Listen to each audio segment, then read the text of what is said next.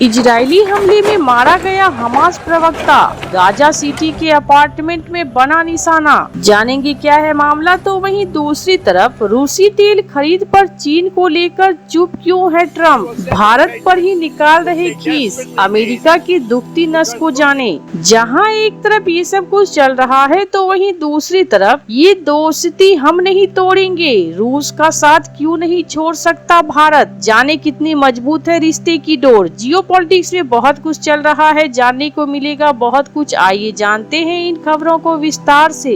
रूस यूक्रेन युद्ध के कारण भारत पर अमेरिकी दबाव बढ़ता जा रहा है। अमेरिका का ट्रम्प प्रशासन रूस से दोस्ती को लेकर भारत पर भड़का हुआ है। उसका आरोप है कि भारत रूस से तेल खरीदकर उसकी वित्तीय मदद कर रहा है। इस कारण अमेरिका की यूक्रेन में युद्ध विराम की कोशिशें नाकाम हो रही है। वहीं भारत का कहना है कि वह वैश्विक तेल की कीमतों को स्थिर रखने और अपने बड़ी आबादी की ऊर्जा जरूरतों को पूरा करने के लिए रूस से तेल खरीद रहा है। ऐसे में रूसी तेल खरीद पर भारत और अमेरिका के बीच गतिरोध बढ़ता जा रहा है। ऐसे में सवाल उठता है कि क्या भारत अमेरिका के कहने पर रूस का साथ छोड़ सकता है। तो इसका जवाब है नहीं। भारत कभी भी किसी बाहरी ताकत के दबाव में रूस के साथ दोस्ती को नहीं तोड़ेगा, खासकर अमेरिका के दबाव में तो कतई नहीं। इसके पीछे एक ठोस कारण है। दोनों देशों की दोस्ती समय की बुनियाद पर परखी हुई है। भारत को हर मुश्किल समय में रूस को मदद की है। वहीं अमेरिका पिछले 25 साल को छोड़ दे तो आजादी के बाद से अधिकतर समय भारत के खिलाफ ही रहा है। अब ट्रम्प के कार्यकाल में भारत और अमेरिका के संबंध एक बार फिर बिगड़ते हुए नजर आ रहे हैं, क्योंकि अमेरिकी राष्ट्रपति बाकी यूरोपीय देश पर भी भारत के खिलाफ कार्रवाई का दबाव बना रहे हैं। भारत और रूस के बीच एक दीर्घकालीन और मजबूत संबंध है। यह संबंध 1950 के दशक के दौरान विकसित हुए, जिसमें भारत के औद्योगिक, रक्षा और परमाणु क्षेत्रों को महत्वपूर्ण सहायता मिली। 1971 की शांति और मैत्री संधि पर हस्ताक्षर ने भारत रूस संबंधों को और मजबूत किया। 2000 में राष्ट्रपति व्लादिमीर पुतिन की भारत यात्रा के दौरान भारत रूस सामरिक साझेदारी की स्थापना के साथ इस संबंध ने एक नया स्वरूप प्रदान किया। इसी संबंध के कारण भारत और रूस ब्रह्मोस मिसाइल और T-90 टैंकों सहित कई डिफेंस टेक्नोलॉजी को विकसित करने में कामयाब रहे। इसके अलावा दोनों देश हथियारों में संयुक्त उत्पादन, टेक्नोलॉजी ट्रांसफर में एक दूसरे का सहयोग कर रहे। दोनों देशों की यह दोस्ती अब रणनीतिक साझेदारी में बदल चुकी है। भारत और रूस ने बांग्लादेश स्वतंत्रता आंदोलन के वक्त 1971 में भारत सोवियत शांति और मैत्री संधि पर हस्ताक्षर किए थे। इसमें 20 साल के लिए पारस्परिक रणनीतिक सहयोग का प्रावधान था। यह संधि मुख्य रूप से पाकिस्तान के बढ़ते चीन अमेरिकी संबंधों की पृष्ठभूमि में हुई थी। इस संधि को भारत के गुटनिरपेक्ष नीति से अलगाव के तौर पर देखा गया था। इस संधि के कारण 1971 के भारत पाकिस्तान युद्ध के दौरान भारत को सोवियत संघ का समर्थन मिला, जिससे युद्ध का परिणाम भारत के पक्ष में रहा। हालांकि सोवियत संघ के विघटन के बाद यह संधि समाप्त हो गई।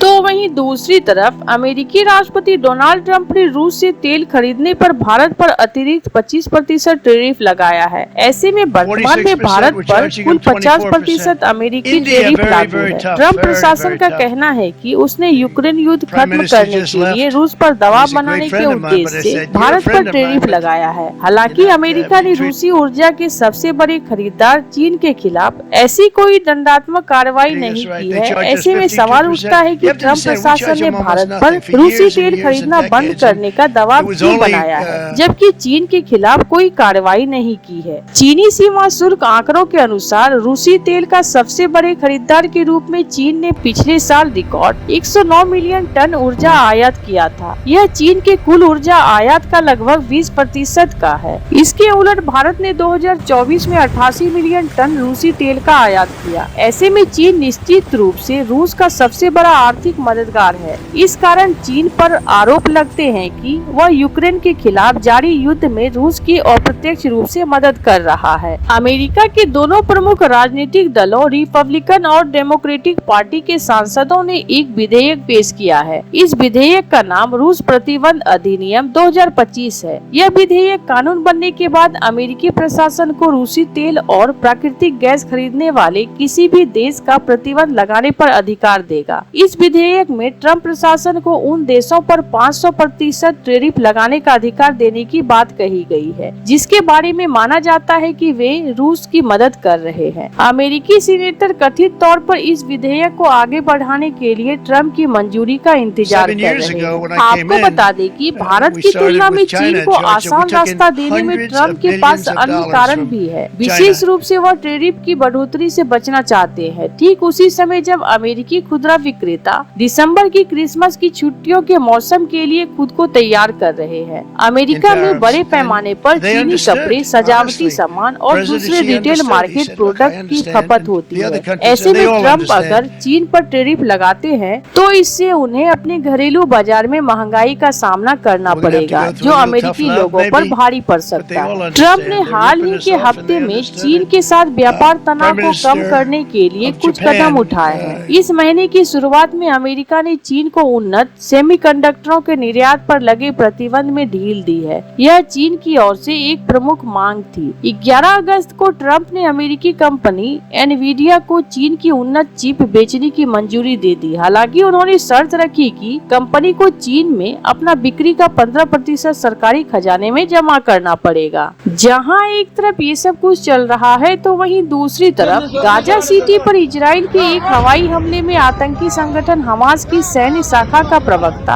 अबू ओबैदा मारा गया है। अबू ओबैदा ने एक दिन पहले ही इजराइल को धमकी दी थी कि अगर उसने गाजा सिटी पर हमला किया तो उसे खून की कीमत चुकानी होगी। इजरायली सेना और सीनवेत ने शनिवार को एक संयुक्त बयान में बताया था कि आईडीएफ ने गाजा सिटी में एक सीनियर हमास आतंकवादी को निशाना बनाकर हमला किया था। आईडीएफ ने कहा कि नागरिकों के होने नुकसान को कम करने के लिए उसने सटीक गोला बारूद, हवाई निगरानी और खुफिया जानकारी का इस्तेमाल किया था। ओबैदा ने शुक्रवार को घोषणा की थी कि इजरायली बंधकों को उसके लड़ाकों के साथ युद्ध क्षेत्र में उन्हीं खतरनाक परिस्थितियों में रखा जा रहा है। समूह ने एक बयान में कहा था कि हम जहां तक हो सके बंदियों को जान जाएंगे, वे टकराव वाली जगहों पर हमारे लड़ाकों के साथ रहेंगे और उन्हें खतरों का सामना करेंगे। ओबैदा ने धमकी दी थी कि इजराइल के गाजा सिटी पर कब्जे की योजना की कीमत अपने सैनिकों के खून से चुकानी पड़ेगी। हालांकि धमकी देने के 24 घंटे के भीतर वह खुद ही इजराइल के हमले में मारा गया। इस बीच इजराइल ने गाजा सिटी पर कब्जे के लिए लगभग 60,000 रिजर्व सैनिकों को बुलाया है। तो वहीं दूसरी तरफ मिस्र में बहुपक्षीय संयुक्त सैन्य अभ्यास ब्राइट स्टार 2025 आयोजित किया जा रहा है। इस अभ्यास में विभिन्न देशों की सेनाएं भाग ले रही है, जिनमें भारतीय सैन्य दल भी शामिल है। रविवार को इन सैन्य अभ्यास की जानकारी देते हुए सेना ने बताया कि